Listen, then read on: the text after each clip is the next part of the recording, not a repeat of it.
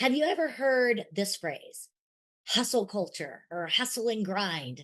You know, we're out there working it so hard. And I know for me, I wore all of that like a badge of honor. I was so proud when I could put in 12 to 14 hours a day because to me, that meant I was making it.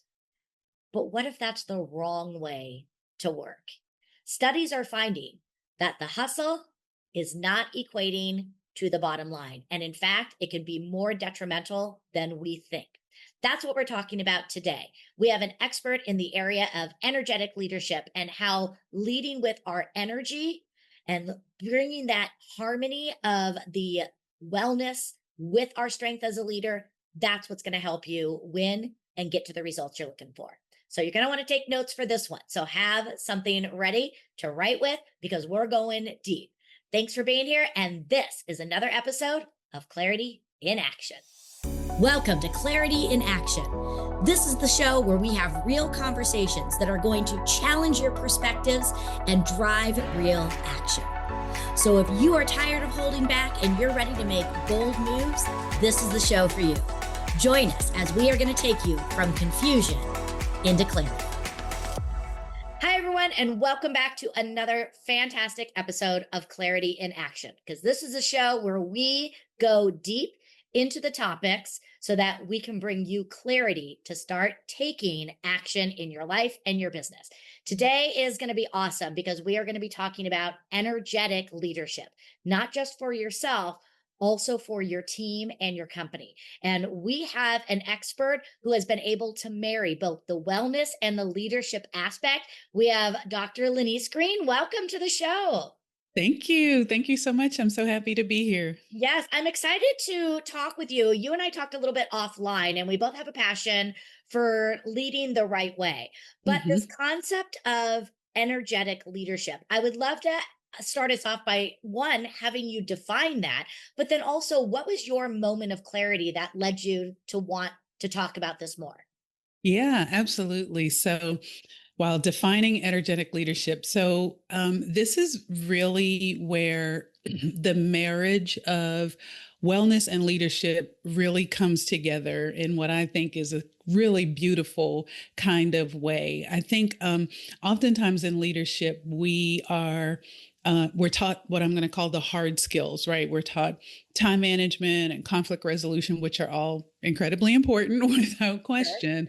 But I think oftentimes as leaders, we find ourselves kind of disconnected a little bit from our work. And I think that disconnection comes from not being energetically connected. So when I talk about energetic leadership, I'm really talking about leading with intention, leading through your values and your purpose, making sure that you are nurturing those energetic wells that we have as human beings. So am I taking care of myself physically? Is my mental well-being being nurtured? My emotional well-being being nurtured so that I can show up and have the energy, the capacity to be a really effective leader? So yeah, energetic leadership is really all about leading from the inside out, I'm going to say. Yeah.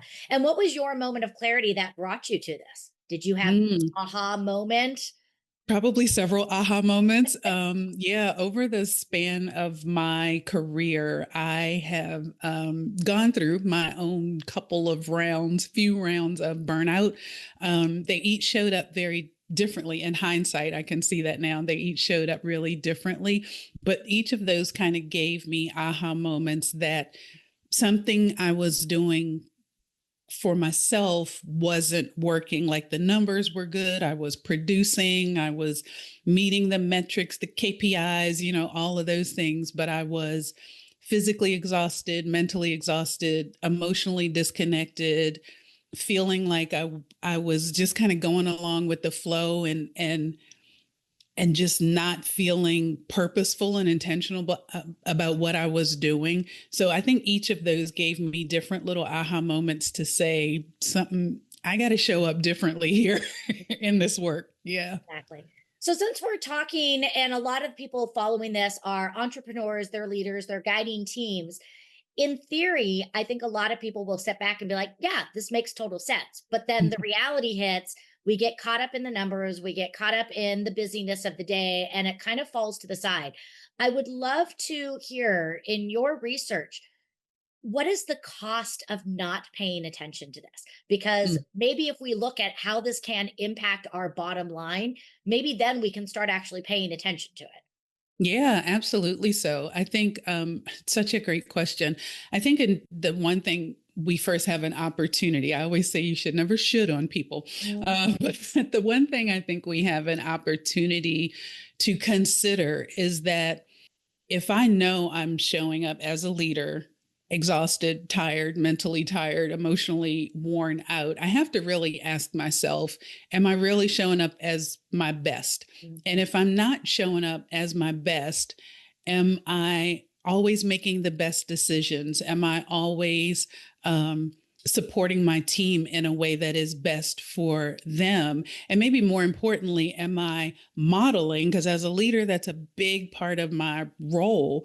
Am I modeling what it takes to be effective in our roles, right? Because my team is going to follow my lead. So if I'm not sleeping, working late, never get up to eat, my team is going to do the same thing. Now we're all going to be burned out, not effective, not productive. And it feels counterintuitive, I would Right. say, to you need to take a break. You need to step away from it because we're in this culture. It's just, go, go, go 24 hours a day. And all the research says that's not the way to be effective. There are physiological reasons why you need to step away from what you are Right. doing, what you need to rejuvenate yourself. So, yeah, I think the cost honestly is a bottom line cost in burnout, in productivity, in engagement, in retention, in all of the things that cost a company, big money if they're not addressed. Yeah. And I'm really glad that you're bringing this to the forefront because you hit on something that I talk about too. You don't do it necessarily just for you, it's the responsibility you have to others, Right. your team, your family, your customers, all of those. And I say that I walk my people through an exercise where I help them identify how would you define the best version of yourself? What are the 5 words that you would use? Because no one wants you to show up as a 70% version of you. If I'm having a surgeon, I don't want the surgeon to be operating at 60%. I Yeah, right. expect them to be on. And so I think it's just like you said, it's changing that mindset. And, I don't know where this started. I'm going to say probably in the 80s, where it was hustle, hustle, hustle. And that people wore that as a badge of honor. And I Yeah. know I did. And I Yeah. loved it when I could tell people, oh, I worked 14 hours today. I felt like I was hot shit and doing all the stuff Yep. to know that I was falling apart. So I would love to, what are your thoughts? If you're having somebody who's kind of sitting back and maybe is second guessing, okay, how do I really get this done? And like you said, it's counterintuitive. So Hmm. what's a good starting place? I find small things work really well in the beginning. And one of the things that I always share with people, like if you can't do anything else, pause. Just take a beat, right? And that could be a 30-second pause between back to back meetings, because God knows we've all got them, right? So just enough time to like stop, close your eyes, breathe, Yeah. and let your mind go. I'm leaving this thing. I'm going to this thing, right? Because we just sort of go and you look back and everything is a blur, right? You don't know where you stopped, where you left off, even for people working remotely. So, still there are a lot of people who are still working remotely. I tell them like create those boundaries. Like if you used to go into the office, get up in, it sounds funny, but get up in the morning, get dressed, walk out your door like you were going to work, come back in and set up yourself and get it done. And at the end of the day, close your computer, walk out the door again, and then come home, Yep. you know, because psychologically that really does something. So I think pausing, like I said, if it's 30 seconds before a meeting, if it's just you're driving home and you need to like take that time before you get out of the car to just go, I'm finished with work. I am now coming home to my family or my dog or whoever I'm coming home to. True. Just those little intentional moments of pausing, and then there's the work of the self-awareness that comes in those different areas to know what it is, what you're feeling, and how to identify that. I think you made such a good point where you were like, I'm working 14 hours and I'm just, the cat's meow, not knowing may really be falling apart because we have normalized Yes. falling apart. Yep. Everybody's doing it, so Everybody's it doing doesn't it. look like, Yeah. yeah, And if I'm not doing it, then what's wrong with me? exactly. Right. Right. Yeah. Yeah. Okay. So I want to challenge you a little bit and really get your insights on this because I think we can set our days, we can set the intention, but what about the things we can't control, which are the distractions of the day? And I don't mean the distractions of necessarily the things we can turn off, like the social media or the alerts on Hmm. our phone, but the phone calls that are coming in from clients, the gotta minutes from people in the office. I work with a lot of people in sales and Hmm. they go into the day with every intention, with their schedule put together. This is what I need to do, and we can say boundaries, but when somebody is right there in front of you, it's hard. So, Yeah. how do you coach and guide the people you work with to be strong enough to hold to those boundaries, to hold to themselves energetically so they can still serve at the highest level?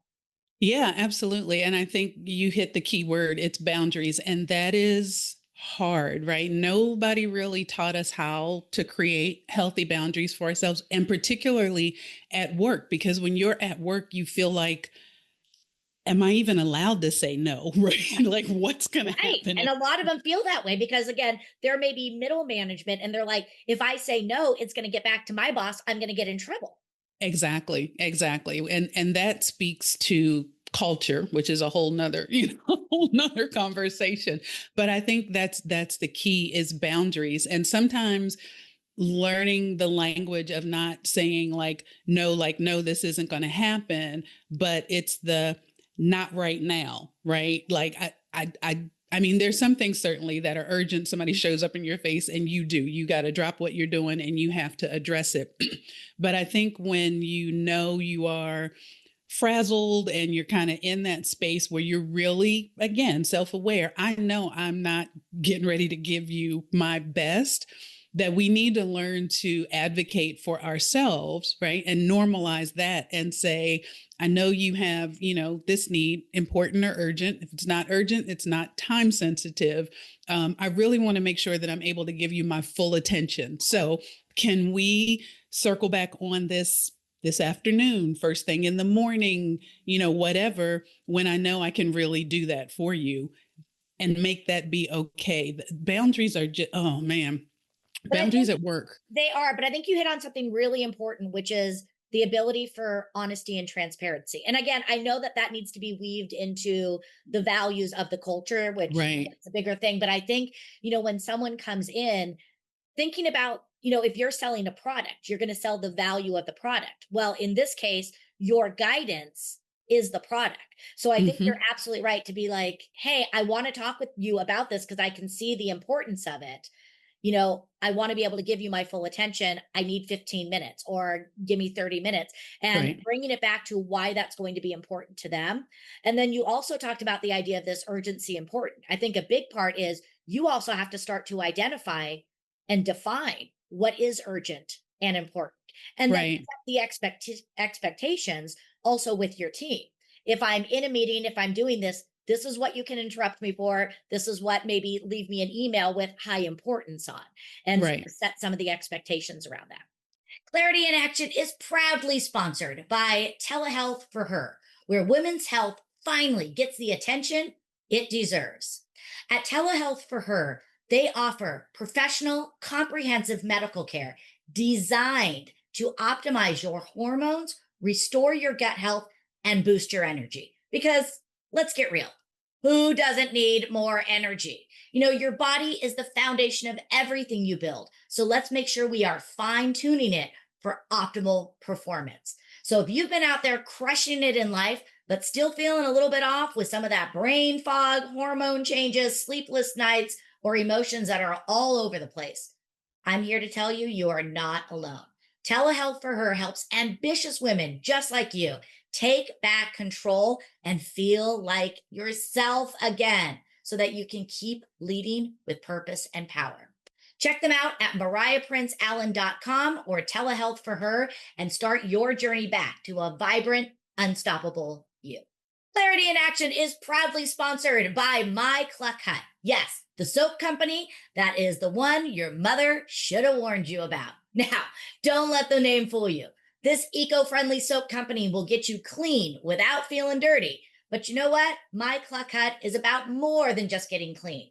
They have built and continue to grow a community that gives a cluck about the planet, about people, and about creating a reality where diversity and sustainability are not a pipe dream, but fundamental core values. So when you shop with My Cluck Hut, you're not just buying soap, you're choosing to be a part of something bigger than any one of us can be alone.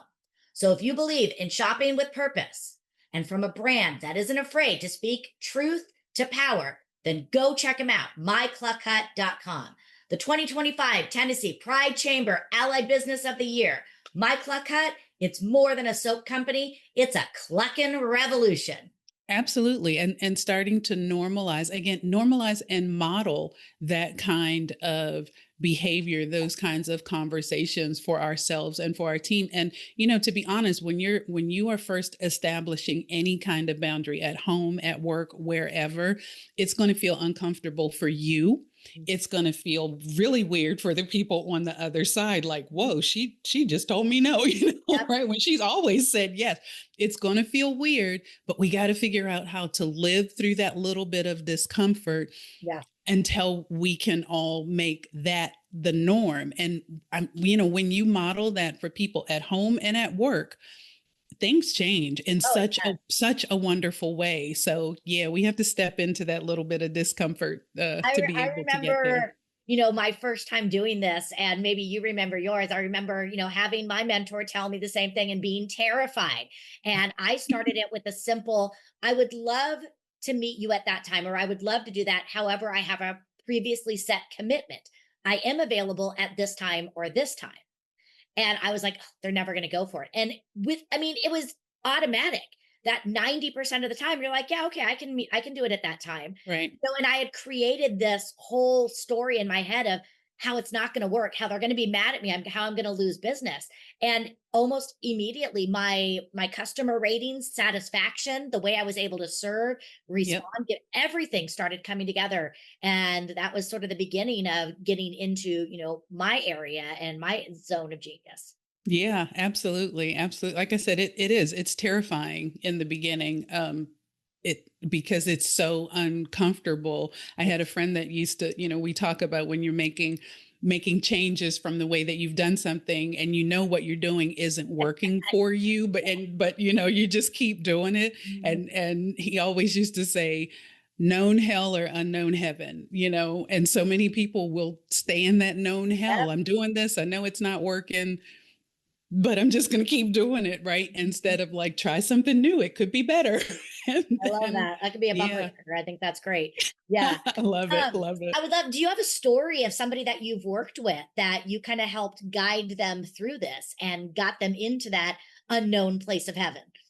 Yeah, definitely. I do. So I work a lot with people who are, I call them the sandwich managers, right? So they're in that middle management space, Mhm. which is such a tough space to be in, right? Because you're sandwiched between Mhm. managing the needs and the personalities of the people that report to you, and then managing the needs and the personalities of the people above you, being the buffer, for all of that information and dynamics, and still trying to get your job done on top of all of that. And so, yeah, I can remember working with someone who was really struggling, had a large staff that they reported to. So that's, demanding because you're managing operationally what they're doing, you're managing performance, you're, doing all of that. And you've got, also they had in their hierarchy, some pretty demanding leadership, a lot of things coming at them from all different directions. And so really did just work with them, help them develop language, understanding who they were working with, because you don't want to be offensive to people, but language that felt comfortable enough for them to step into, even though it was a little weird. And we always started with, try to identify scenarios where it was something small, right? You don't want to start off trying to stop the mountain from moving necessarily, but just finding those small places where, I don't want to say you push back, but where you do create, some healthy boundaries. And so, some of it was just setting the expectation, because they had a boss who was, notorious for like weekend emails, and they felt the need to respond, but it was like, it's Sunday at 10:30 and I'm in church, and like, wait a minute, So just even starting with small things like that, just to say, I respect my work, but I also respect the time with my family and, my weekends. And so I just, we need to set some boundaries around the expectation.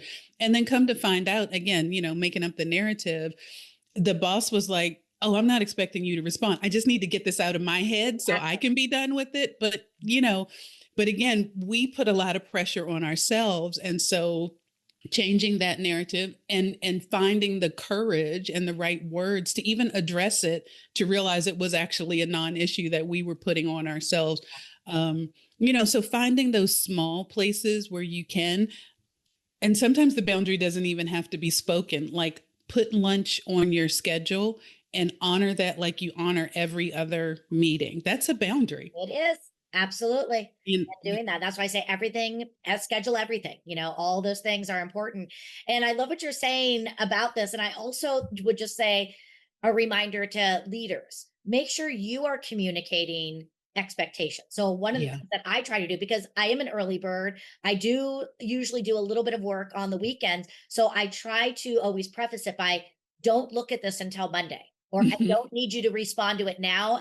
So it's giving them the clearance of, just because I'm working for a couple hours, it doesn't mean you are. Because, Yeah. and so giving them, and that goes back to kind of what you talked about with the modeling. So with all of this said, if you could just wave your little magic wand and have leaders, entrepreneurs, anyone who's following this, if there was just that one message that you really hope they hear, what is that one thing that you feel people need to hear right now more than anything? Oh, one message. Okay. I think it's interesting. I'm going to go with the word that came to me, which is so apropos for where we are now. Clarity is kindness, Ah, right? Ambiguity causes more challenges than anybody can even keep track of. I think being clear as a leader, like you said, clear expectations, clear deadlines, clear, clarity in what your role is, clarity and responsibility, because things change, things morph. And sometimes you go into a role with one thing, and then all of a sudden you look up and you're like, I'm doing something else that I'm not sure what's going on here. yeah. Right. As a leader, like, be clear, and be clear about how, and clarity runs the gamut, right? Be clear about how you are showing up, because people are watching and people are modeling and following what you do. So you be clear about how you're showing up, knowing that people are going to emulate what their leaders are doing. So yeah, clarity. Yep. All the That's way. why we're here, That's right? why I'm here. That's why I'm here. I know It's that. the name of the game. I love it. Well, Lynise, this has been amazing. You have really brought some great talking points that I hope people take some time to really sit back and reflect on. And I would love to just ask you, what's next for you? What are some of the things you're working on right now?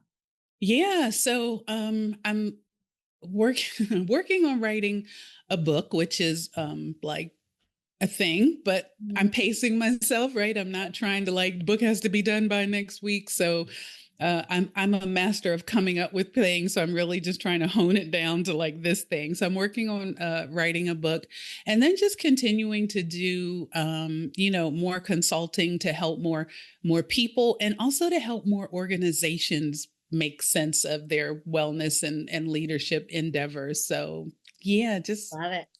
keep Awesome. helping folks. That's what we want to do. Again, it's that ripple effect, and we help one person and it just goes out from there. So we have to keep showing up and doing it, especially in the face of everything that, is working against us. We've got to be strong Yeah, enough to do that.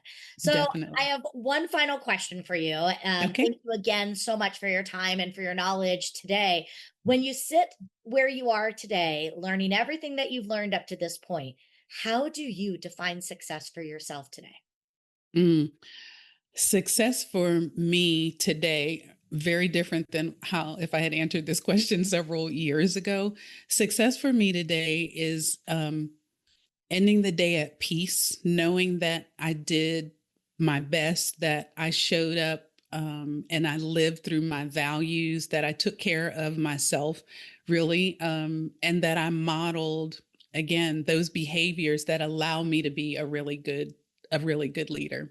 Because then I know the work is getting done and it's getting done well. So Love it. Fantastic. Well, Lynise, thank you again. I just encourage everyone to follow you, stay connected. Please let us know when your book comes out so we can have you back on and help you promote that. And just wish you all the continued success. So thank you for being here with us. thank you so much for having me. I always just find it so interesting. And maybe because this was just the era that I grew up in, there was such a focus on performance as far as doing more. Whereas now it's more about the quality of the performance that defines high performance rather than just the hours. And learning again how detrimental it is and how it really takes us away from our goals. So, some of the things that I love that she talked about is just the idea of understanding that if you really want to impact the bottom line, it starts internally with us. And a strong bottom line in our companies starts from a strong internal compass of us living in alignment. We talked a lot about the idea that it's responsibility. It is your personal responsibility to yourself, to your company, to your employees, to your clients. We don't just take care of ourselves for us, we take care of it because of the responsibility we have to those that we work through and those that we care with. She talked about this idea of a pause. Don't be afraid to just take a pause. Sometimes we have that energetic shift. We're moving from one thing to the other. So take a pause. It could be 30 seconds, it could be 5 minutes, and then, bringing that in, being honest with your boundaries. It is okay to say no. It is okay to say, you know what? Right now is not the best time for me because it goes to that responsibility. If I'm going to serve, if I'm going to truly be able to help someone, I have to make sure that I am showing up fully present for them. So we owe it to them. The boundaries, again, are not just for us, it's for them as well. And then she ended it. And honestly, couldn't say it any better, but clarity is kindness. It's about being kind to yourself. It's about being kind to all of those that you connect with. Because when we are confused, when we have ambiguity, things don't get done. So make sure you are clear in your vision, clear in your communication, clear in your activities, and clear in your boundaries as well as your modeling. So much that we cover that really can help us just level up how we are showing up, how we are leading, not just ourselves, but leading ourselves stronger so that we can lead others better. Thanks for being here. Please make sure to share this with someone who might need to fine tune a little bit of their energy and their purpose as a leader. And please make sure to keep following and sharing the show. I'm Clara Capano, and we'll see you next time for Clarity in Action.